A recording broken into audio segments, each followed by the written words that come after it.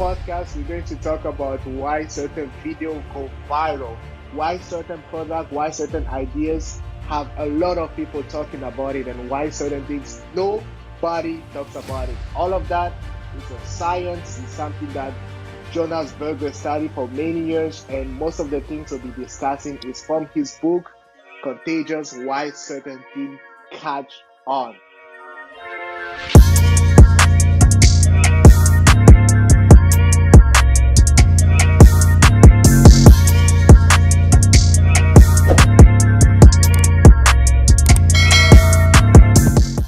What's up, Q? How are you doing today? I'm doing fantastic. How are you doing, my good man? I'm doing great. Are you excited about starting this book?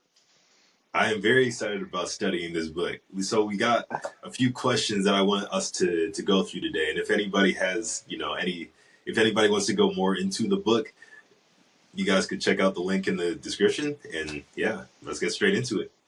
But if you find value, guys, in this video, go ahead, thumbs up, and subscribe. Please do. Please do. All right. So in the book, right, the author gives 6 reasons why a product is talked about. Social currency, which is that the product makes the person who talks about it look good. That's social currency. Mm-hmm. Triggers, which triggers is pretty much the product is triggered by the environment. Emotion, basically the product develops a certain emotion within the person. The product is seen in public, so if a product is readily seen in public, it's more in front of the mind. Practical value, pretty self-explanatory. The product is practically helping the person. And stories. The product has a certain story that is easily shareable. So, knowing those 6 reasons, I have a question for you. Why is Baby Shark the most viewed video on YouTube? I think Baby Shark is the most viewed video on YouTube with 15 billion views because as you watch the video, you start feeling a type of positive energy, meaning that you start feeling happy, you start going, moving with the flow of the music. So it generates a type of positive emotion of happiness that makes it a song that is most likely to be shared. So that's why I believe it experienced a lot of success because it's able to make people want to dance on the music. I get that. So, I would actually disagree with that. I think that it's more of a practical value type of thing. And the reason that I say that is because who's the people that are mostly listening to Baby Shark? It's mostly kids, right? What do kids need to be on YouTube for? Or what is like the biggest reason why a lot of kids are on YouTube? Okay, but let Just me for ask you this. Let me ask you this. How many of those kids shared that video? And do you think it's really the kids that shared that video? Do you think a 3 year or 4 year old would go ahead and share that with their friend? you know, that is a very good point. That is a very good point. Mm-hmm. But that kind of goes to my point. If it's the Okay. adult, if it's about educating the kid, if it's about providing practical value to the kid, then the parent, who's the one who is likely going to be the one that's sharing the videos, is going to share it to other people, not because they want the person who's receiving the video to feel good emotions, but it's because they want them to practically utilize the video to educate their kid on um, animals, to educate them on uh, phonics, to educate the kid on the different types of things that kids need to know as they're going through their developmental stages. And for that reason, I believe that although emotion may have a piece, practical value is the biggest reason why that's a video that has 14 billion views on YouTube. Right. So I'm actually trying to s- okay, I looked again real quick at the video, and I think also one of the things why a lot of people share the video is because there's a shark basically dancing, if I'm not mistaken. And so that in itself is what the author talks about inner remarkability, which means that having a component of your product that comes out of the norm in which people will actually talk about it. So because there's you don't see that often, people get to actually talk about it, right? So there's that. There's the fact that there's also emotion involved in it, and also, of course, as you mentioned, practical value that it makes people more likely to share that. And so if you guys are trying to create your brand, trying to launch your product, make sure that you integrate some component of emotion, making sure that as people engage with your product, they feel a type of way because that will lead them to share it more. Make sure that as people share an information, they associate that information with your brand as well. Absolutely. All right, so the second question that we got. So in the book, it states that even in cases where a product is covered in the press negatively, it can still drive sales and engagement. So my question for you, my good man Sam, is all press good press? I think that it depends on what the outcome you want for that press. If you want people to talk about your product, then all press is good press. If you're looking in terms of revenue, not all good press, or not all press is good press. But press get people to talk about your brand. For sure. If the goal, so then let me go a little bit deeper then. If the goal of the company, as the goal of like every company should be, is to drive revenue, is to drive sales, cash is king, right?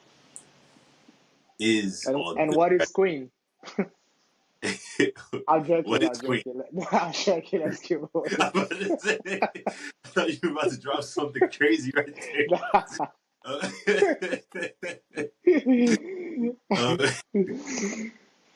would you say in that case that all press is good press? If the ultimate goal is to make money, Mm-hmm. well, then I'll say no. And the reason why is because bad press can affect your revenue in a significant way. Bad press can also affect your goodwill, your reputation, and therefore, because of that bad press, it might affect your organization in terms of revenue. But not only that, bad press can affect the quality of people that come within your organization. So of course, everybody wants to be associated with a good organization that has a good name, right? Everybody wants to be attached with such an organization, and it goes back to the social currency, right? We share information that makes us feel good, and so if you're in an organization that has a good reputation, it makes you feel good because you can easily share that, right?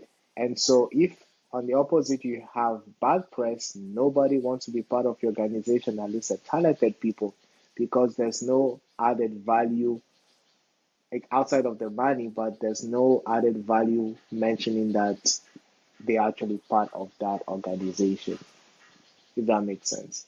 So yes, it affects yes the revenue, but also you have to be conscious about the negative aspect it can have on attractive talents. So, okay, I kind of see what you're saying right there, but even considering like what you're saying, I would still say that all press is actually good press. And here's why, right? In the cases that you're talking about, the bad press leads to a bad reputation, which leads Mm-hmm. to when they find out about the company that it might be a bad company. Mm-hmm. If you have a good company with bad press, it still accomplishes the job of one, getting the name out there, two, getting people curious about your brand, and I don't know why it keeps doing that, and three, and three, um, having the people that are more proactive to look into what your brand is all about. And if you're a good company, if they look into your brand and see that the bad press is unfounded, then that puts them onto you even more without you even having to spend any marketing dollars. So if we look at this principle, right, where if we look at this principle in like a political sense, right, there's certain candidates, right, where they don't get the best press. They get really bad. If we just look at the past election, right, Trump really didn't get good press at all, right? Mm-hmm. Gets bad press from the majority of the mainstream media outlets, and you would think, based off of like what you're talking about, based off of that, he would have been pretty much steamrolled in the polls. He would have been out by a landslide loss, right?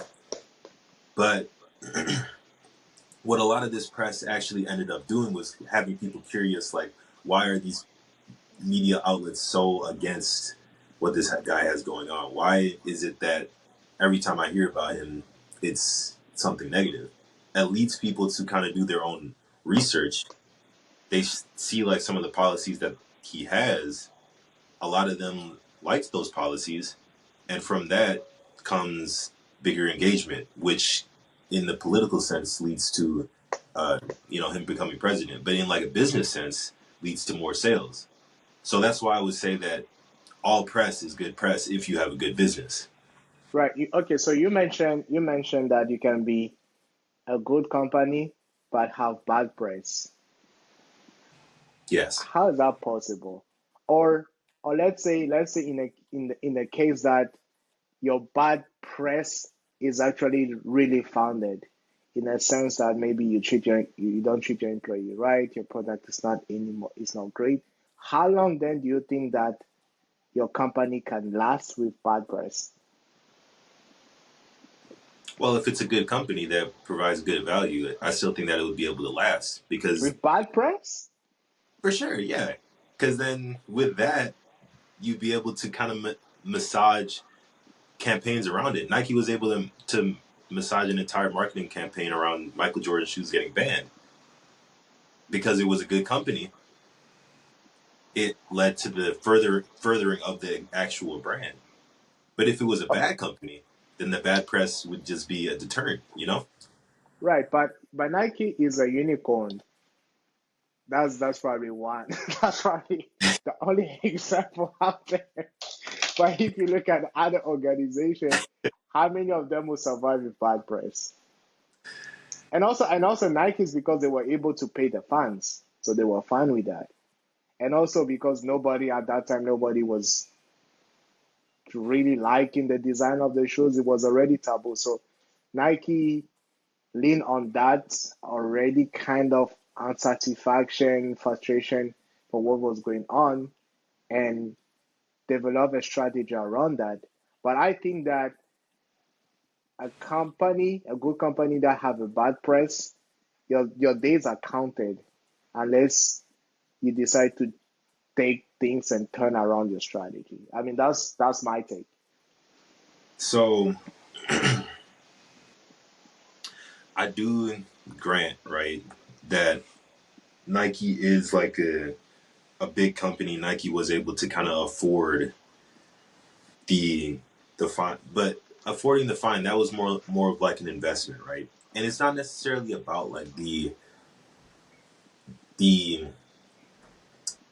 that specific situation. It's more so about the principle, you know, the principle of the fact that yes, that there was bad press, but it makes people curious.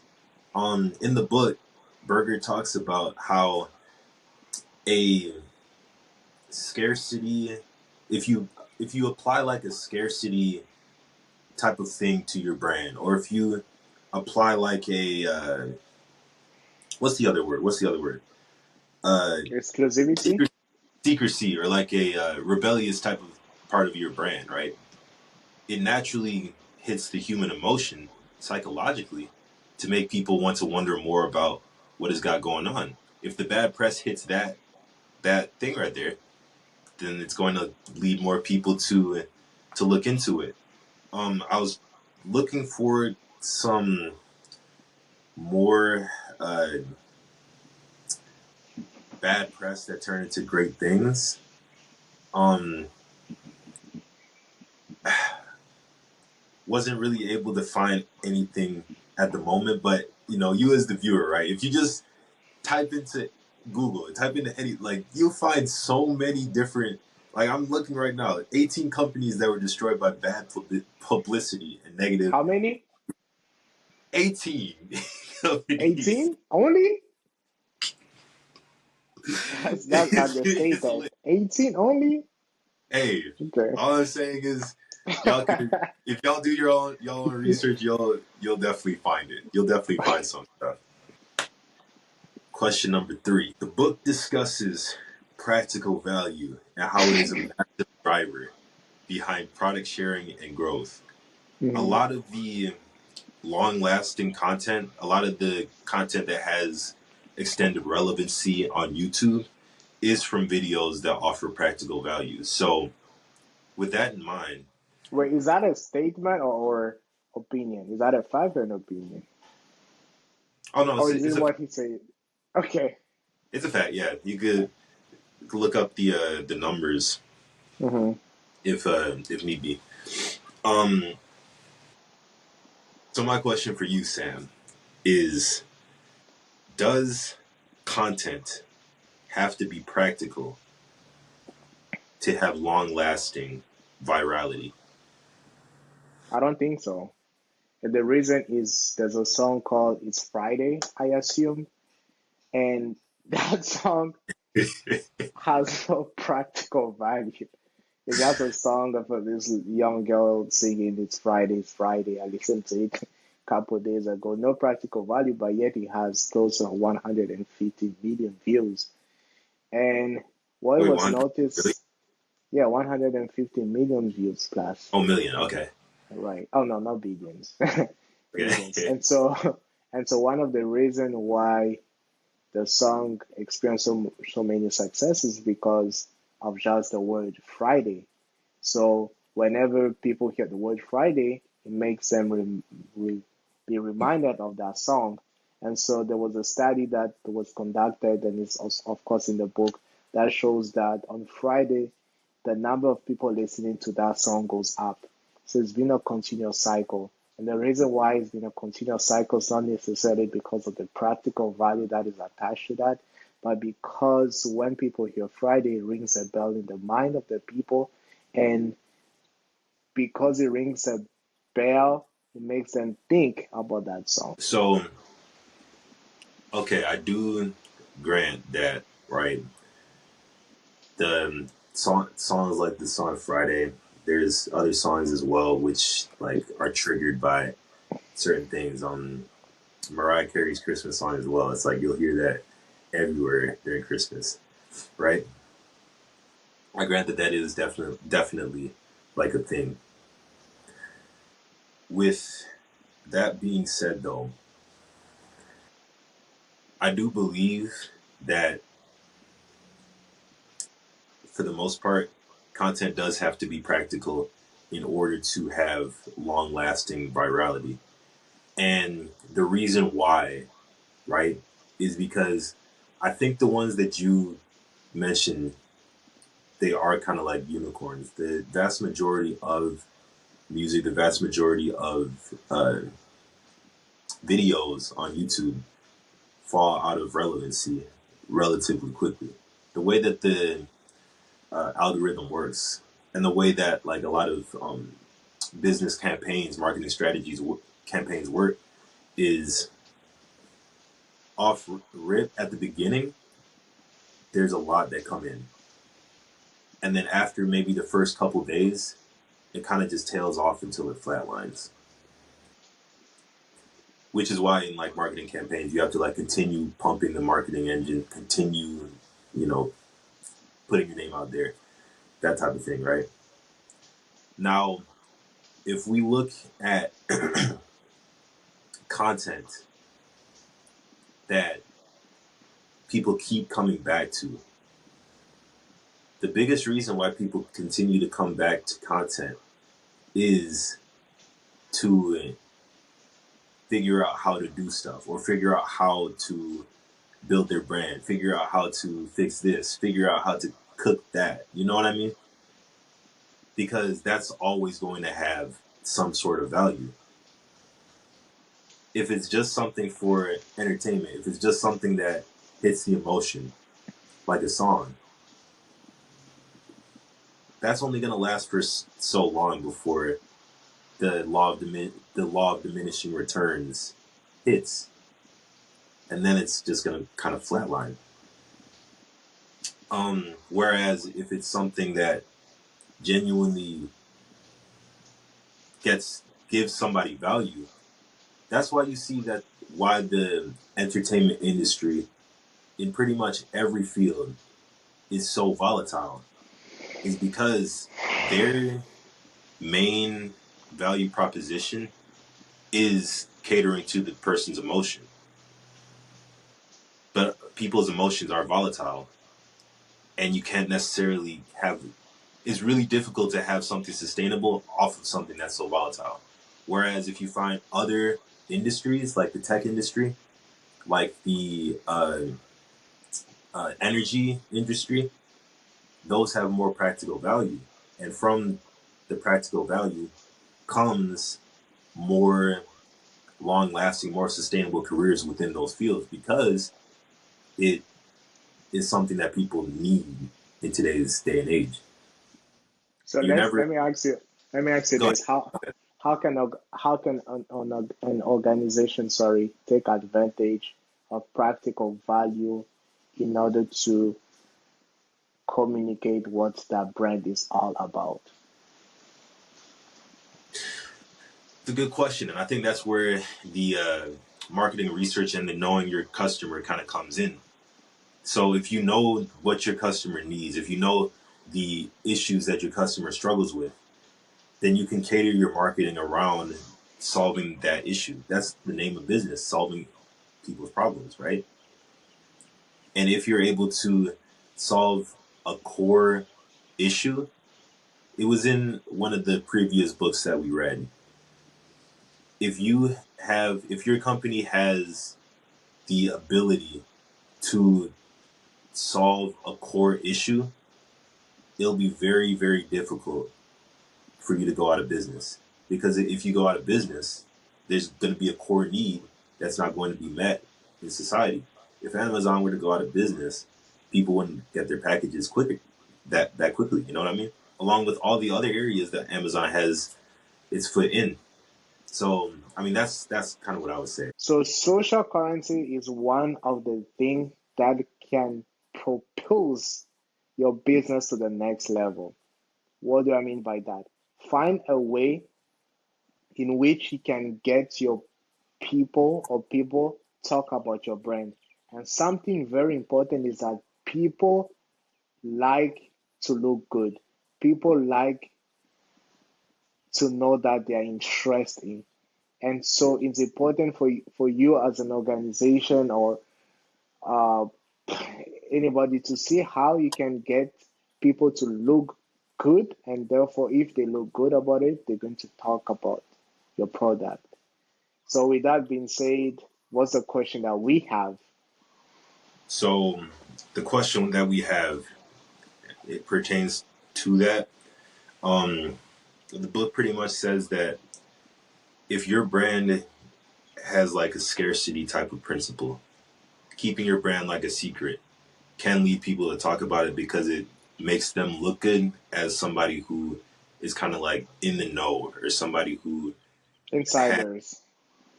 yeah, pretty much. So, with that being said, the question that I have for you: should every company be a luxury brand? Well, I think when we talk about luxury, to a certain extent, it implies that not everybody should have access to that. Because if it's luxury, and if everybody has access to that, then it's not anymore luxury, right? Well, It's do something that is. you want to kind of look up like what like the definition of luxury is to kind of see if we can like hit those points or kind of just like define it? You know what I mean? Okay. So, what is luxury? A luxury strategy involves creating and managing a luxury brand in a way that differentiates it from non-luxury brand. This strategy focuses on maintaining exclusivity, high quality, and a strong brand image. Here are some keys of a luxury strategy: exclusivity, high quality, brand heritage, emotional connection, pricing, controlled distribution, marketing. So that's what we're referring to when we talk about luxury strategy. For sure, for sure. So now I'll pose the question to you again: should utilizing that definition, should every company be a luxury brand or have a brand utilizing luxury strategies? I don't think so because one of the strategy for luxury is by setting high prices. And so not every company can afford doing that. Not every company have the capital, the capacity, the supply to be high quality. And so because of that, it disqualify many people. And so I don't think all company or all brand has to be a luxury brand.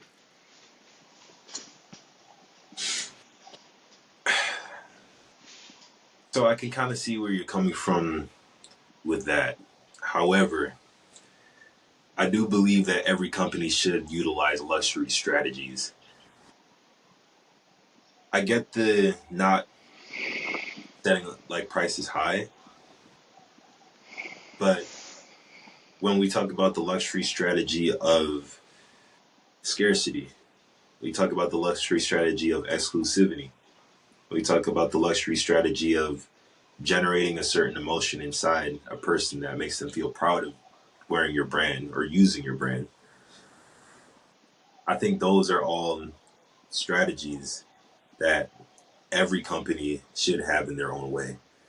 Um, One example is, I was over at Walmart like the other day, you know, getting my midnight snack of like, cashews and popcorn and things of that nature, right? Standing in the line, chilling, and I look over to my left and I see that there's like a section that's kind of like roped off of like special checkout, almost like a special checkout area in a sense.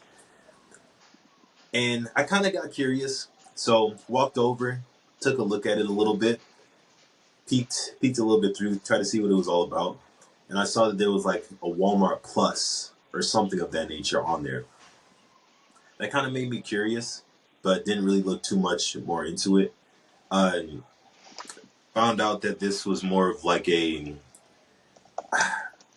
premium spot for Walmart customers that wanted to get through the line quicker or get a couple of other perks for just being a Walmart shopper and paying for this subscription. Now, Walmart, nobody's going to say that Walmart is a luxury brand, but having that in their store and having that program as a part of their brand, that is a luxury strategy because, in effect, not everybody can use those lines. but they put it out for everybody to see as almost like a this is for the special people, not the special people, but this is for our like special customers. This is for the people that you know. It communicates like a in a way like a luxurious or like a set apartness that I feel like every brand kind of needs to have in order to truly maximize the brand power. Well, I wouldn't call that a luxury strategy necessarily. I just think it's a way in which they can bring most or increase the satisfaction of their customers. I don't think that's luxury because lux luxury has all to do with where about the venue, right? So certain things can never be luxury because of where it is located and the context in which people approach it. It does not matter about what strategy you have. The context definitely matters in business. And so yes, what Walmart did is great. Yes, people find value in that. But understanding the people Walmart is serving, I don't necessarily think that is a luxury strategy.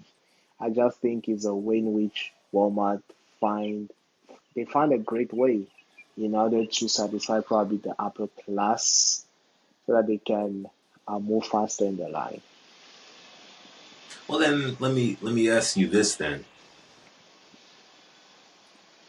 what do you think the emotion that would be elicited in the person that gets all these extra perks that nobody else in the store would get? Like, what emotion do you think would be elicited within the person? Well, let me say this: they'll be happy, but they won't walk out. They won't walk out saying that they experienced something luxurious.